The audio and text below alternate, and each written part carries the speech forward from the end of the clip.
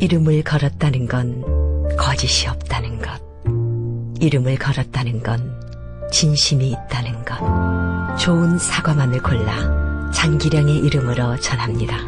자연을 닮은 좋은 사과. 장기령 사과. 검색창에 장기령 사과. 돈 얘기 좀 해보겠습니다. 우리 셉돌님은 운영주시잖아요. 네. 샵을 운영하는 바하고 샵을. 매출은 얼마나 나오시는지? 매출은 많이 나옵니다. 뭐 월 1억 이상은 무조건 나와야 매장이 돌아가니까요. 뭐 잘 팔았을 때는 연 30억 팔았을 때도 있고요. 30억. 예, 역삼동 한 군데서 샵에서만 30억 넘었을 때가 있었고 지금은 반토막보단 좀 낮긴 한데 지금 뭐 지금 얼마라고 말하기엔 되게 쑥스럽게 많이 줄어들었어요. 네. 대략 짐작이 되고요. 네. 그러면 그 정도 매출 나오시면 순이익은 얼마나 나오세요? 현재는 마이너스입니다. 작년이랑 올해는. 아무래도 경기 탓이 크죠? 경기 많이 봤지. 그쵸, 제 잘못도 있긴 한데 이게 뭐 제 잘못만은 아니라 저는 경기 탓을 많이 하죠. 직원도 저도 다 열심히 일을 하는데요. 손님 자체가 이제 뭐 안 쓰려고 하는 사람한테 쓰게 하는 것도 한계가 있더라고요. 네, 그래서 좀 최근 2, 3년 동안 많이 힘들어요. 네. 나 오늘 아니 경기도민으로서 좀 사과의 말씀을 드리려고 했는데 그러면은 한 달에 마진이 많이 남을 때는 장사 잘 될 때는 수천만 원씩 남으시죠? 네, 맞습니다. 네. 안 남으실 땐 1,000만 원도 안 남고? 네, 그 정도 안 남고요. 그 정도 남고요, 네. 요즘은 까지고 계시고? 예, 최근 2년 동안은 까졌습니다. 네. 숙연해지고 있네요. 네, 숙연해지네요. 힘내시길 바라겠고요. 감사합니다. 지금 뭐 저뿐만 아니라 와인샵들 다들 뭐 돈을 번다는 것보다 버티게 들어간 지 2년 넘기 때문에. 그쵸. 뭐 어쨌든 아까 본인도 얘기하셨지만 분명하게 우리나라에서는 와인이라 그러면 조금 사치식품으로 들어가니까요. 네. 우리 빈병님은 소믈리에 출신이신데 그 소믈리에는 술 먹을래. 그냥 본인이 하고 싶으면 특별한 큰 교육 없이도 할 수 있는 일이에요? 저 때는 아까도 말씀하셨지만 저 때는 큰 교육기관이 많지가 않았었어요. 지금은 굉장히 많습니다. 사설 교육기관도 있고 대학에서 운영하는 그리고 대학에서 자격증이 있나요? 지금 근데 국가에서 인정하는 자격증은 아니고 민간. 자격증이고 그리고 지금은 뭐 대학 과도 관련 학과도 꽤 많이 생긴 걸로 알고 있고요. 지방 쪽에. 그리고 서울 안에서는 이제 뭐 유명한 대학교에서 이제 사회교육원인가 그런 식으로 해서 이제 하고 있고요. 그래서 지금은 저 때는 그래서 소믈리에 하고자 하는 친구들이 박봉을 받으면서 들어가서 배우면서 자기 연봉을 올리는 경우가 많았었는데 지금은 이제 다들 교육을 이수하고 취업을 하는 상황이라서 지금은 교육을 다 거의 대부분 받고 나오죠. 말씀하신 박봉이라 그러면 어느 정도 수준이에요? 옛날에는 제가 알기로는 진짜 말도 안 되는 진짜 최저 임금에도 못 미치는 임금을 받으면서 일하는 친구들이 부지기수였던 걸로 저는 알고 있습니다. 일할 수만 있다면 이런 느낌이군요. 일할 수만 있다면. 참고로 저는 그러지 않았습니다. 제가 소믈리에 하면 꼭 질문하고 싶은 게 있는데 와인이 약간 허세도 있다 아직은 우리나라에. 네. 근데 제 개인 이건 사견입니다. 네. 소믈리에 직업을 가지신 분이 방송에 많이 나오세요. 가끔. 저는 그 소믈리에 허세의 정점이 맛을 표현하는 어휘? 무슨 이렇게 뭐 빙빙 돌려서 이렇게 뭐 2바퀴 돌려서 향을 맡고 이렇게 뭐 음미를 한 다음에 내려놓잖아요. 그다음부터 내뱉는 말들이 가관이에요.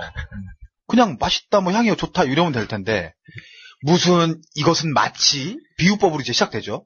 마치 유럽의 어떤 뭐 어디 계곡 아래서 흐르는 이슬을 맞이한 그런 느낌? 뭐 이베리아 반도에서 만난 그 연인이 뭐 그런 거 있잖아요. 뭐 그걸 배웁니까?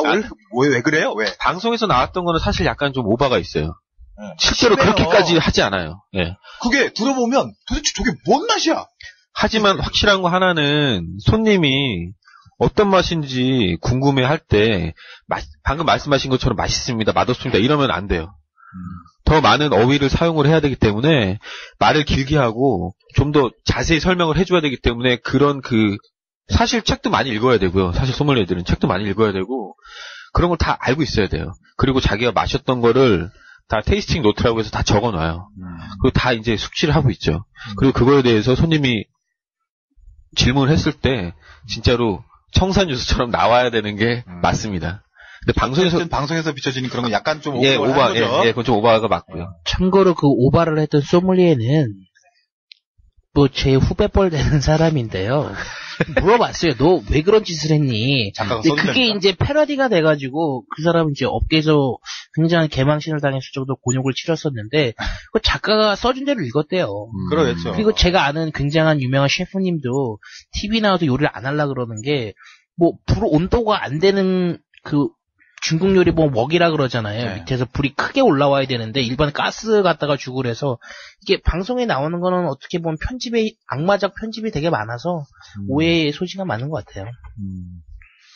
그렇게 소믈리에 처음에 박봉에 일할 수만 있다는 이런 느낌으로 시작을 해서 자기가 나름 경력도 쌓고 실력을 인정받는다. 그러면은 연봉이 많이 오르나요?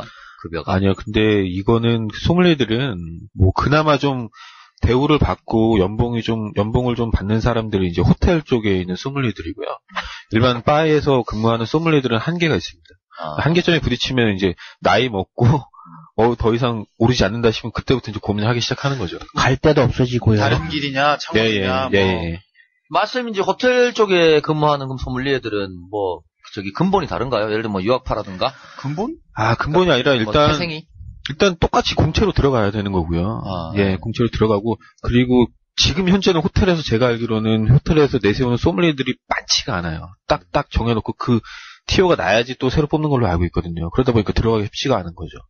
그들의 대우는 괜찮아요? 그냥 호텔 정직원의 대우예요. 호텔 정직원 대우죠. 더 이상 뭐 더 있는 건 아니고요. 그리고 또 말씀드리고 싶은 게 그 호텔 정직원 대우이면서 걔들은 주 5일 근무를 하고 있고 또 연차라는 게 있는데 실제로 와인바 같은 경우는 인원을 많이 쓸 수가 없기 때문에 이 사람이 빠질 수가 없어요. 그리고 바의 특성상 뭐 이렇게 많이 쉴 수가 없는 거죠. 많이 쉬지도 못하고 굉장히 한 사람에 이렇게 좌지우지 되는 경우가 많죠. 뭐 경기가 좋다면야 인원을 많이 두고서 돌려가면서 쉴 수 있게 하지만 지금 상황이 그렇지가 않기 때문에 아무래도 그쪽에 들어가면 일반 와인바에서 근무하는 것보다는 편하게 근무를 할 수는 있죠. 그러면 아까 얘기한 것 중에 뭐 학원이나 이런 데 요즘 많이 생겼다고 했는데. 네, 지금 많이 생겼습니다. 근데 그런데 나오면은 취직하는 거는 쉬워요? 일반 와인바는 어렵지 않죠. 일반 와인바는 어렵지 않다. 일반 와인바는. 그러니까 어쨌든 지금 축약을 해보면 소믈리에라는 직업을 갖기에 그렇게 뭐 장밋빛 미래가 보장된 직업은 아니네요. 전혀. 제가 추가를 해서 말씀드리면은 이게 좀 우울한 게 저는 가업이다 보니까 이거를 어떻게 시작을 해서 여기까지 오게 됐는데요. 제 자식은 못 시킬 것 같아요. 참고로 이 와인 관련된 매출 하나가 인터뷰 때도 제가 써서 보내긴 했는데 자이리톨 하나도 안 돼요. 자이리톨 한 품목의 매출액보다도 적어요. 한 병을 팔았을 때? 아니 전체. 와인업 전체로 봤을 때. 마진율의 시장 자체가요. 그러니까 굉장히 작은 시장인데 뭐 아시는 대기업과 중견 기업들 있잖아요. 매출 뭐 1조 언저리 갔다 하는 그런 데도 다 진출해 있고 그리고 어떻게 보면 어떤 산업에서 사원 들어가서 과장 부장 달고 상무 들어가면 장밋빛 미래가 보장되고 해야 되는데 여기는 올라가면 올라갈수록 자리는 좁아지고 연봉이 기타 다른 업종에 비해 올라가는 것도 하다 보니까 저는 제가 하고 있지만 좀 이 업에 대해서 회의가 많이 들어요. 그리고 와인 한창 뜰 때 나라에서도 소믈리에라는 직종에 대해서 굉장히 좋을 거다라는 방송도 많이 했었고 학과도 많이 생기다 보니까 그때 당시에 인력들도 되게 많이 쏟아져 나왔어요. 근데 아시다시피 2008년도에 경기 딱 되면서 많은 와인바들이 문을 닫고 와인샵들이 문을 닫고 지금 대기업들도 뭐 나라에서 규제를 해서 그만뒀다고 하지만 실제적으로는 매출 굉장히 안 나와서 다 철수한 거거든요. 실제로는. 그러다 보니까 나만 아는 지금 와인 인력들은 진짜 나만 아요. 그럼 이 근본적인 문제가 뭘까요? 대기업까지 철수하게 된 그 배경이? 단가의 문제일까요? 이게 경기에 굉장히 민감한 산업이고요. 그다음에 아무래도 2006년, 7년, 8년에는 언론에서 되게 좋게 포장해서 줬었는데 이게 뭐 갈 사람 깐다고 아무래도 좀 붐에서 밀려나다 보니까 굉장히 부정적인 언론에서 그 보도가 주요했던 것 같아요. 이 주제가 나올지 안 나올지 몰라서 제가 얘기 드리면은 뭐 이거 주류의 유통 채널이 너무 복잡하고 체계가 뭐 단계가 너무 많아서 이게 유통 채널 때문에 와인이 비싸다라고 나라에서 말을 하는데 그런 유통 채널은 나라에서 세금을 많이 걷어내려고 몇십 년 전에 그 사람들이 만든 거예요. 참고로 제가 양성화 시키는 것도 있죠, 걔네. 참고로 제가 A4지를 만약에 100만 권을 사요. 그럼 제가 도매고 제가 막 이 사람처럼 다 뿌릴 수 있거든요. 술은 이게 수직적인 관계로밖에 거래가 할 수 없어요. 내가 와인샵이고 얘가 와인샵인데 쟤한테 가서 싸다고도 이게 법적으로 금지돼 있고요. 채널을 몇 개를 거치게 나라에서 만들어 놓고 그거를 언론에서 까니까 뭐 오는 소비자한테 일일이 설명드릴 수는 없는 거고 그러니까 채널이 하여튼 법적으로 나눠져 있으면 여기는 제가 돈이 많고 잘 나간다고 해서 몇 채널을 뛰어넘어서 살 수 있는 건 아니에요. 그러면은요 소믈리에에서 좀 넘어와서 와인샵하고 바를 누가 창업한다고 한다. 창업 비용 많이 드나요? 뭐 교육은 받았다 치고.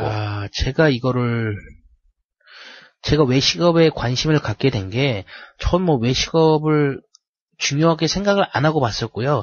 와인을 하다가 이제 제가 와인과 관련된 일을 더 잘할 수 있는 게 뭐가 있을까 궁리하던 찰나에 또 외식업 관련해서 그 최고 경영자 과정을 한 2년을 다녔었어요. 외식업으로요. 근데 와인은 일단은 재고를 깔고 가야 되는데 그 재고가 1년, 2년 순이익 정도를 깔고 가야 되는 거예요. 그러니까 내가 1년에 순이익을 한 5천 정도 바란다. 그러면 재고를 1억 정도 깔아놓고 시작해야 되는 거예요. 그리고 자리를 잡아도 그걸 계속 들고 가야 되는 재고고 언젠가 다가올지 모르는 폐업 시점에 그게 뭐 위스키나 그런 금처럼 뭐 단기간 동안 정리할 수 있는 그런 성격의 재고도 아니고요. 솔직히 말씀드리면은 뭐 지금 어느 업이건 다 포화 상태이긴 하지만 지금 이 산업도 포화 상태인 상태고요. 그리고 시작하는데 그 어떤 산업보다 출발 비용이 높고 와인을 잘하는 것보다는 사회적인 경험이 많거나 지인들이 많아야 성공할 수 있는 비즈니스라서요. 그런 네트워크가 있지 않은 분들한테는 와인만 좋아하시는 분들한테는 절대로 창업을 추천하지 않습니다. 와인을 다소 모르더라도 로타리 한 20개 뛰고 동네에도 조기축구 하고 이런 분들한테 더 적합한 업종이에요. 아리장님 로터리 클럽 가입하셨나요? 저요? 아니요. 배 있으시겠네요, 셉돌님은? 여기저기? 저는 아직 배가 불러서. 덜 고픈 거지? 네, 배가 아직 덜 고파갖고요. 전 그런 거 딱 보면, 살기 위한 몸부림? 사실은, 안쓰럽더라고요. 종교적인 문제까지 얘기가 나왔는데요. 교회 다니신 분들이 그런 목적화에 교회 다니시는 게. 많아요, 그런 분들. 지금 각하가 대통령 되기 전에 그 국회의원 되기보다 힘들던 그 교회 집상가 장로 되려고 주차 봉사를 2년인가 하셨대잖아요. 새벽에 나와서. 그런 게 실제로 이 업계도 존재합니다. 굉장히 성실하신 분이야. 꼼꼼하시죠. 아니 우리가 다 나쁜 줄 알았는데 뭐 새벽에 나와서 그 교인들을 위해서 2년간 봉사를 하셨다니까 대단한 분이시죠. 비즈니스적으로 바라보면 굉장히 배울 점이 많은 분이야. 밑에 사람 죽어나지. 하루 일과는 어떠세요? 하루 일과요? 네. 아침 9시쯤에 애 유치원 갈 때쯤 깨요.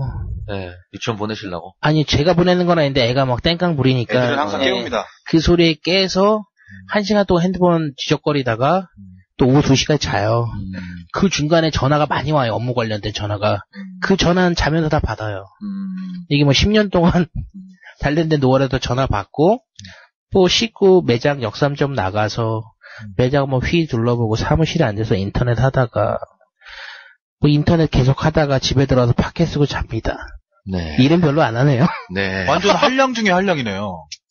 이게 이제 장사 안 될 때 버전이고요.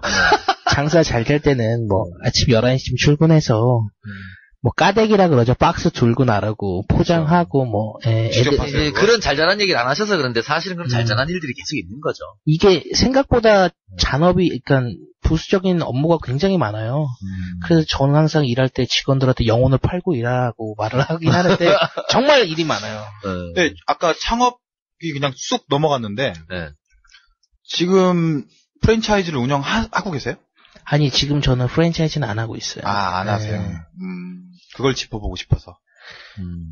이게 간략하게 프랜차이즈 하시는 분들도 계시는데요.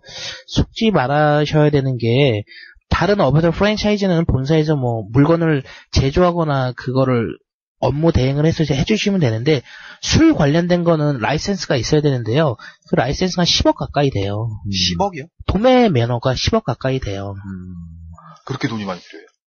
근데 추첨제긴 한데 한 50명 넣으면 1명 되니까 기존에 있는 라이센스를 사는 게 한 10억 정도 되거든요. 서울에서.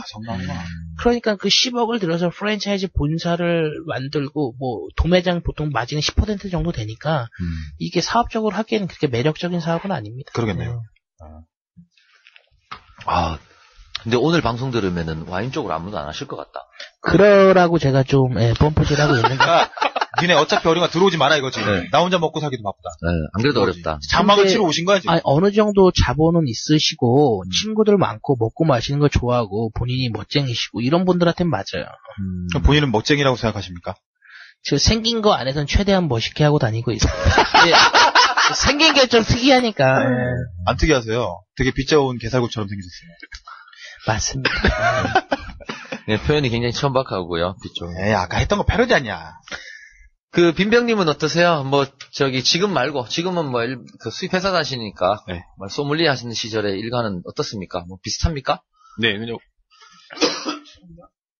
오전에 일어나서 네. 뭐 제 할 일 하고 씻고 나와서 오후 뭐 4시 5시쯤에 출근해서 뭐 재고 파악하고. 근데 이 소믈리에 하는 친구들이 보통 보면은 그 드라마나 뭐 우리가 흔히 아는 뭐 신의 물방울 만화 같은 거 보고서 되게 막 아름답게 생각을 하고 화려한 줄 알죠. 네, 그런데 실제로 그 소믈리에들 저는 제가 있으면서 그 새끼라고 해야 되나? 밑에 애들 데리고 있다가 많이 갔어요. 그 친구들이 그냥 오래 버티지 않고 못 버티고 이제 그만두는 이유가 실제로 가장 많이 하는 일은 설거지고요. 소믈리에들이. 예. 그러니까 와인은 짬나는 시간에 잡일 시킨다 이거죠. 예, 잡일해야 되는 거지 시키는 게 아니라. 와인마다 글라스를 바꿔요. 술마다 계속 바꿔야 돼요. 그러다 보니까 설거지 많이 할 수밖에 없죠. 한 테이블 4명이 왔는데 이 사람들이 와인을 3병을 마시면은 내가 닦아야 되는 와인 글라스 12개가 되는 거예요. 근데 또 와인 글라스가 잘 깨집니다. 비싸고. 신경도 많이 써야 되고. 소리도 되게 청아하죠. 네. 예. 그렇죠. 그리고 그 외에 와인을 날라야 되는 일도 많은데 와인 무겁잖아요. 한 병에 750ml인데 병 무게까지 하면은 진짜로 거의 뭐 1kg에 육박하는데 그게 한 상자에 12개가 들어있단 말이에요. 그거를 막 진짜 수십 박스, 많을 때 수백 박스를 왔다 갔다 해야 되고 맨날 날라야 되는데 얼마나 일이 힘들겠어요. 특히 여자들도 힘들죠. 그러다 보니까 TV나 뭐 TV 드라마나 만화에서 나오는 것처럼 막 이렇게 향을 맡고 술을 마시고 요건 아주 일부예요. 업무에. 근데 실제로 자기들이 부딪혀 보니까 이거 외에 정말 힘든 일들이 많으니까 버티질 못하는 거예요. 지금 빈병님 여기까지 들어보니까 갑자기 지금 드는 생각이 우리가 지금 이 방송을 왜 하고 있나. 그러니까 와인 쪽은 하면 안 되는데. 물론 지금. 근데 제가 말씀드리고 싶은 장점도 있죠. 정말 와인을 좋아하는 친구들은 이것만큼 좋은 직업도 없어요. 하루에 많을 때 수십 가지의 와인도 맛을 볼 수가 있고 정말 와인을 옆에 두고 살 수가 있으니까 진짜로. 그것만으로도 만족해하는 친구들도 꽤 많습니다. 그리고 진짜 와인이 너무 좋아서 좋은 대기업 다니다가 그만두고서 이쪽으로 오는 사람들도 아직도 있고요. 예. 보통 한 3년 지나서 많이 후회들 하고 계세요. 아니 어떻게 저렇게 천사의 미소를 머금고 저런 악담을 하지? 그렇게 저렇게 미소를 머금고 그러니까 미소를 지면서 되게 나긋하게 악담을 빡빡 날리는데 그리고 너무 매력 있네. 그리고 그 가장 이게 되게 이 얘기를 우리 업계에서도 가장 많이 하는데 이 밤에 일하는 주류업계에서 일하는 뭐 바텐더나 이런 업계 종사자들 중에서 소믈리에가 공부의 양은 가장 많아요. 매년 제일 많이 해야 돼요. 매년 와인이 계속 바뀌고 수확도 다르고 포도 품질도 달라지고 와인 품질도 달라지기 때문에 매년 공부해야 될 게 쏟아져 나오는데 돈은 거의 가상한 대우는 전혀 반비례다. 예, 다 비교했을 때 않다. 돈은 가장 낮게 받는 수준이에요. 더더욱도 할 이유가 없네요. 근데 좋아하는 사람들은 합니다. 와인을 그래도 해요. 하면 되는 거지. 좋아하면 해요. 그래도 어떤 대우의 한계는 분명하다는 걸 알고 가야 되니까. 네. 아까 말씀 중에 와인 잔 글래스가 비싸다 그 얘기 잠깐 하셨는데 비싼 건 얼마나 비쌉니까? 보통 요만한 거 하나에 얼마? 14만 원 하죠. 하나에? 예. 하나에 14만 원짜리도 있고 뭐 4천 원짜리도 있고 네, 그래요. 국산은 아니겠죠? 예, 그렇죠. 예, 그 다 장인들이 뭐 50, 60 먹은 장인들이 입으로 불어서 직접 만든. 요거 긴 거 이거 네, 들려가고 맞아요. 요거. 네. 그런 거. 하나 탁 깨지면 장모는 안 만들어요? 14만 원인 거죠. 네? 진짜 오늘 개드림 너무 안 되네. 아니, 장인만 만들길래 장모는 안 만들고 장모님. 개드림 친 거야. 웃기지? 나 지금 알아들었어. 웃긴다. 그렇게 깨지면요. 네. 손님한테 변상을 요구하시나요? 네. 브로큰 차지라고. 이게 저희 손님들이 이해 못 하시는 경우가 룸사롱에서 3만원짜리 시바스 이걸 50만원 받잖아요. 네. 그리고도 좀 좋은 데 가면 크리스탈 잔 주는데 대부분은 이렇게 협찬 나오는 뭐 윈저 잔이나 그렇죠. 말이에요. 싼 거지. 저희는 5만원짜리 와인 나가서 3만원짜리 잔을 드려요. 그리고 뭐 한 20만원짜리 드리면 10몇만 원짜리 잔을 드리는데, 간혹 가다가 이제 한 5만원짜리 와인을 시키면서 10몇만 원짜리를 원하시는 분들이 있는데, 저희가 일단 한두 번은 강력하게 거부의 의사를 표현하고, 그리고 이게 손님이 쓰다가 파손할 수도 있고, 우리가 쓰다 파손할 수도 있기 때문에, 그거는 분명히 받겠다라고 얘기 드리고, 꼭 파손하는 분들이 계세요. 그렇죠. 그럼 뭐 어쩔 수 없죠. 저희도 이거 돈 주고 사야 되는 거니까. 그냥 단골분들한테는 좀 애매한 상황이 있을 수 있지 않을까요? 아니, 그래도 받습니다. 잔값만 1년에 수백만 원 넘게 나와요. 잔 구입하는 비용만. 그리고 실제로 와인을 즐기시는 분들은 잔이 깨졌을 때 돈을 지불해야 된다는 걸 다 인식을 하고 계세요. 와인을 아는 사람. 예. 근데 이벤트성으로 해서 오셨다가 실수로 깨는 분들은 당황을 하죠. 내가 이 돈을 왜 내야 되냐. 그래 본 적이 없으니까. 예. 근데 실제로는 돈을 내는 게 맞습니다. 브로큰 차지라고 한다고요? 예. 예, 브로큰 차지요. 네. 깽값이라고 하기도 하죠. 깽값. 표현 좋네요. 좋은데? 깽값. 솔직히 나는 와인을 안 즐기기 때문에 저기다 갔는데 깽값 물어야 되면 제가 굉장히 당혹스럽긴 할 것 같아요. 그렇죠. 10몇만 원씩 내야 될 것 같아요.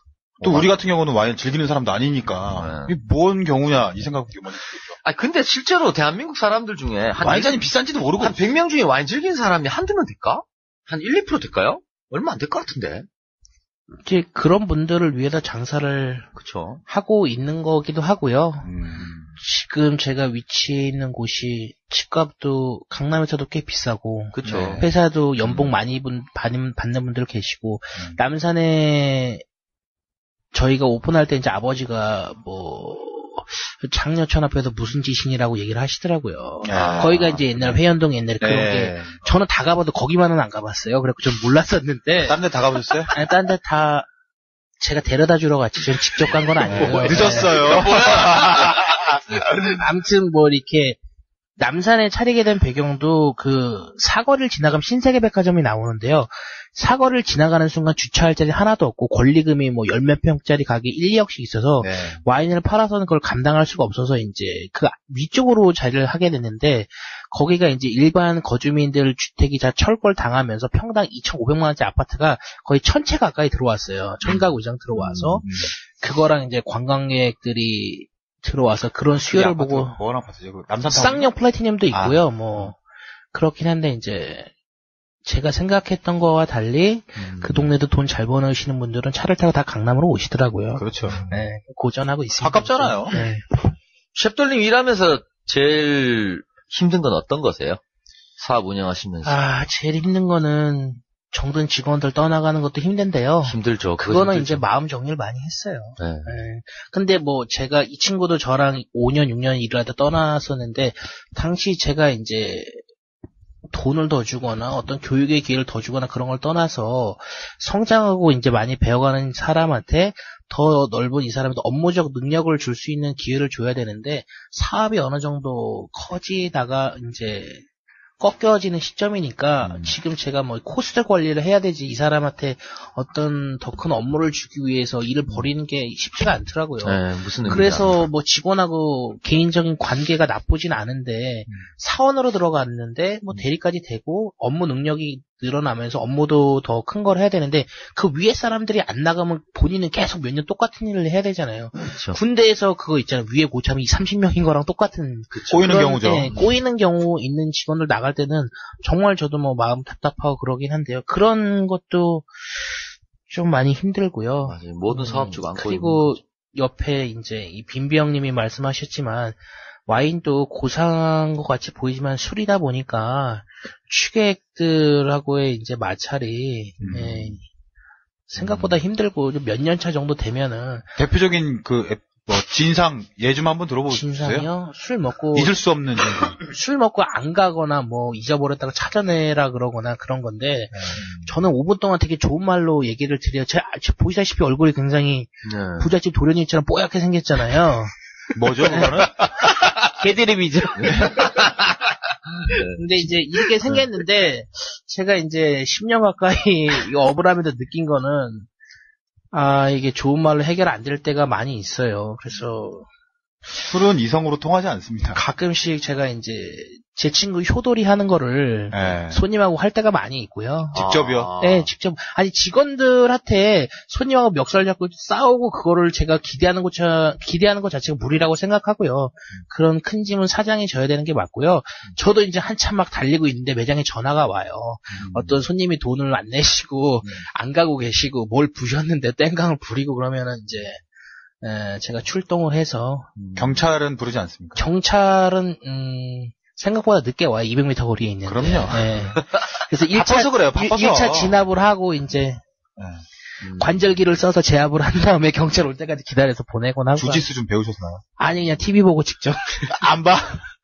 근데 취객들은 잘 당해요. 네. 다른 어려운 거는요?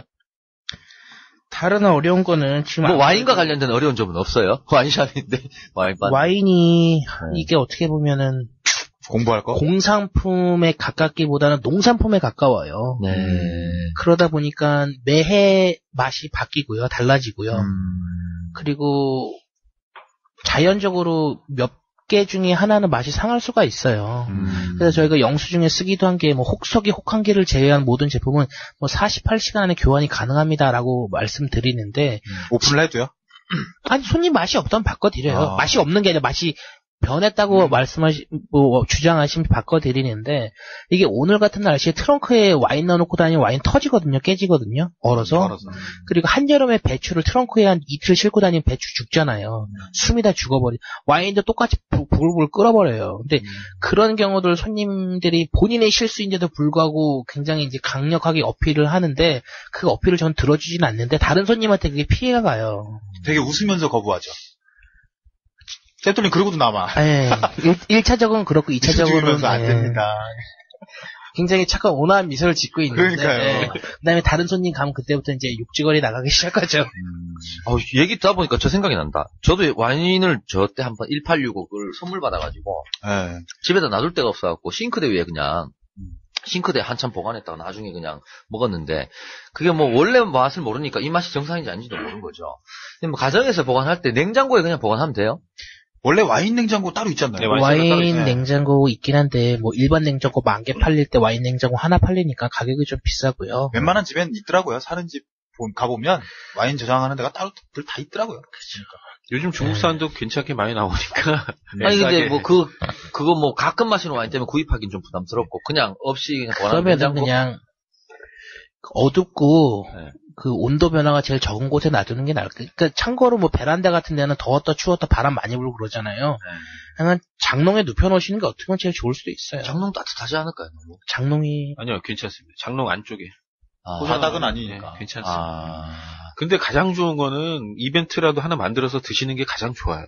빨리빨리 바로. 빨리. 근데 와인이 위스키처럼 뭐 오래 놔두면 좋냐 뭐 이런 질문 하시는 분들 계시는데 와인의 그 내공에 따라서 3년 가는 게 있고 30년 가는 게 있거든요. 근데 대부분 본인의 이제 선물 받을 위치나 그걸 생각해 보시면 그 와인이 3년짜리 가는 걸 수도 있고 30년짜리 가는 걸 수도 있으니까 그냥 빨리 드시는 게 어떻게 보면 간단하게 장땡이라고.